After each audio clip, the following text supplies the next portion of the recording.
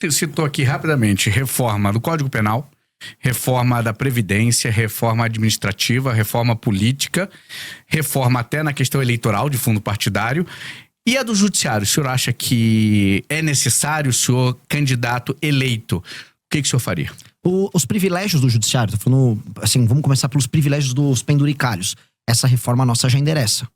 Ela já tá lá, a gente vai ter que mexer nesses privilégios, que eles são ilegais.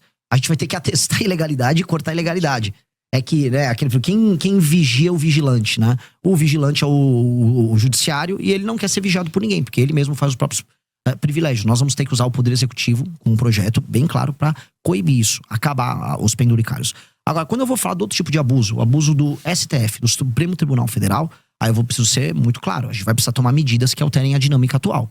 Por exemplo, a gente tem que acabar com essa farra das decisões monocráticas. 83% das decisões são monocráticas.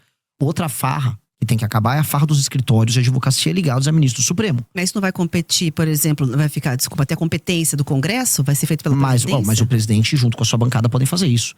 O governo federal pode atuar junto com o Congresso para projetos que podem ser de iniciativa tanto do Congresso quanto da presidência da República. E aí, o presidente da República tem que botar sua força política nesse projeto. Sua força de convencimento. Outra força de convencimento que ele precisa ter. Nós precisamos ter um foro, o tal do foro privilegiado que hoje é o STF, deixou de ser uma ferramenta da democracia. Pra galera entender, ele foi desenhado lá no final da ditadura, pro começo da redemocratização, como um instrumento que protegeria os deputados de uma perseguição que eles poderiam ter de juízes nos seus estados. Dá até pra entender a necessidade do foro especial. Só que hoje ele é um instrumento que o STF tem o Senado, que é justamente quem pode fiscalizá-lo, na mão. Então a gente vai fazer diferente. Vamos criar um foro especial, um foro pequeno, sem contratar ninguém. Você seleciona via sorteio desembargadores, randomicamente dos estados, eles ficam 2 meses no mandato, e eles julgam as ações oriundas do mandato dos parlamentares. Rotativo, e um magistrado não pode julgar um parlamentar do seu próprio estado. Simples, retira do STF essa prerrogativa.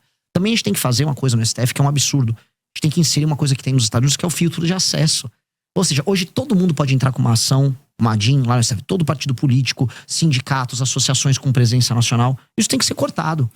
Só ações de natureza constitucional podem parar lá e ser aceitas lá. Hoje no Brasil, o STF toca 8 mil ações, enquanto a Suprema Corte Americana só 50. Isso tem que ser alterado. A gente está chegando ao fim da entrevista, mas preciso perguntar da composição do seu ministério, se haverá redução. De forma bastante breve, já tem nomes para os ministérios. Faria que tipo de reforma falando, então, na questão ministerial? Haverá redução de ministérios, especialmente porque hoje o ministério é um instrumento de cooptação e de proteção jurídica. Você ganha, vamos dizer, foro especial sendo um ministro da República. Haverá redução. Mas isso não é, eu preciso falar, isso na maior parte dos casos é uma medida que tomam pra fazer marketing. Tipo, olha, reduzir, veja como tô economizando. Você não tá economizando muita coisa, mas você sinaliza que você vai ter uma administração mais racional. Uma coisa que eu vou fazer, que economiza bastante em termos de máquina pública, é inserir machine learning e inteligência artificial em boa parte do serviço público, especialmente na parte da saúde, instituindo o prontuário único. São medidas que racionalizam o gasto e melhoram muito a eficiência. Então isso vai ter um efeito muito legal, muito positivo. E aí, falando em termos de corte de gasto, para trazer um tema até jogar de provocação para os demais pré-candidatos, especialmente os da direita, quero saber quais são as empresas que eles vão privatizar. A gente está falando de maneira clara, os Correios precisam ser privatizados, tá? E empresas públicas que não apenas são deficitárias, mas que não apresentam resultado prático para o Brasil, nenhum ganho para o Brasil, elas precisam ser privatizadas ou encerradas, porque hoje elas viraram instrumentos de cooptação. O senhor, pelo que eu entendi, deu aqui umas estocadas na esquerda, na direita, mas o senhor, para chegar à presidência, possivelmente vai ter que passar por um segundo turno. Aceita apoio de quem vier, da esquerda, da direita? Rejeita algum? Como é que vai ser seu posicionamento? Eu rejeito apoio de pessoas que sejam corruptas, até porque hoje no Brasil a coisa mais comum é você receber apoio. Mas a gente tem corrupção dos dois lados. Não, mas eu não estou fazendo distinção de lado. Até porque os escândalos de corrupção no Brasil, especialmente do Master, não tem lado. Tá todo mundo aí. Pois é. Por isso que eu tô muito tranquilo. Eu não tenho nada a ver com isso. E hoje a coisa mais comum é você nem precisar pedir apoio. Hoje os corruptores, eles batem na tua porta pra te comprar. Então eu vou ser muito cuidadoso nisso. Apoio político, quando sincero e honesto, não se rejeita. Independente de cor partidária. Depende de cor. Agora eu sei assim, a esquerda nunca vai me apoiar.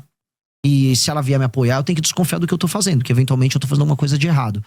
Dito isso, apoio sincero de pessoas honestas é bem-vindo. Nós precisamos criar uma aliança em todo o Brasil para tornar o Brasil um lugar melhor. E vai ser difícil. Tudo que eu falei aqui é necessário e nada que eu falei aqui é radical. São coisas normais que nós precisamos fazer para tornar o nosso país um lugar melhor. Só que o normal que eu falei aqui, ele se torna difícil porque nós somos um país em que tudo é difícil. Eu tô disposto a colocar minha vida nisso. Eu vou dedicar os melhores anos da minha vida para me tornar o Brasil um país sério. E eu vou fazer isso com ou sem apoio das pessoas, donas da máquina partidária brasileira. Candidato, 1 minuto para falar com a nossa audiência. Qual câmera eu falo? Qual câmera? Aqui, da frente. Essa aqui, ó. Meus queridos amigos, o Brasil, ele foi desenhado como um país injusto com você. E você talvez não tenha ideia do quanto você tá perdendo morando aqui. Talvez você não entenda que ao sair da sua casa para ir trabalhar, você tem que pegar um celular e você sabe que esse celular pode ser roubado a qualquer momento.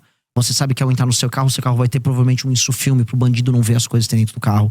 Sua casa, se você mora numa casa, tem um muro. Se você mora num prédio, o prédio é murado e vai ter um porteiro. Talvez ambos tenham uma cerca elétrica. Sua esposa, sua filha tem medo de andar na rua porque elas podem ser alvo de todo tipo de ataque, desde o violento até um ataque de natureza sexual. E você vai e volta e tem o seu dia todo determinado pelo medo de ser roubado e acha talvez que isso seja natural. O que eu quero avisar é que nada disso é natural. Você pode viver num país que você é livre e que você tem que ter homens corajosos que não tenham rabo preso com ninguém, dispostos a tornar a tua vida melhor. E é isso que eu tô pra fazer. Não posso pedir teu voto nesse instante, mas eu posso pedir para que você me conheça.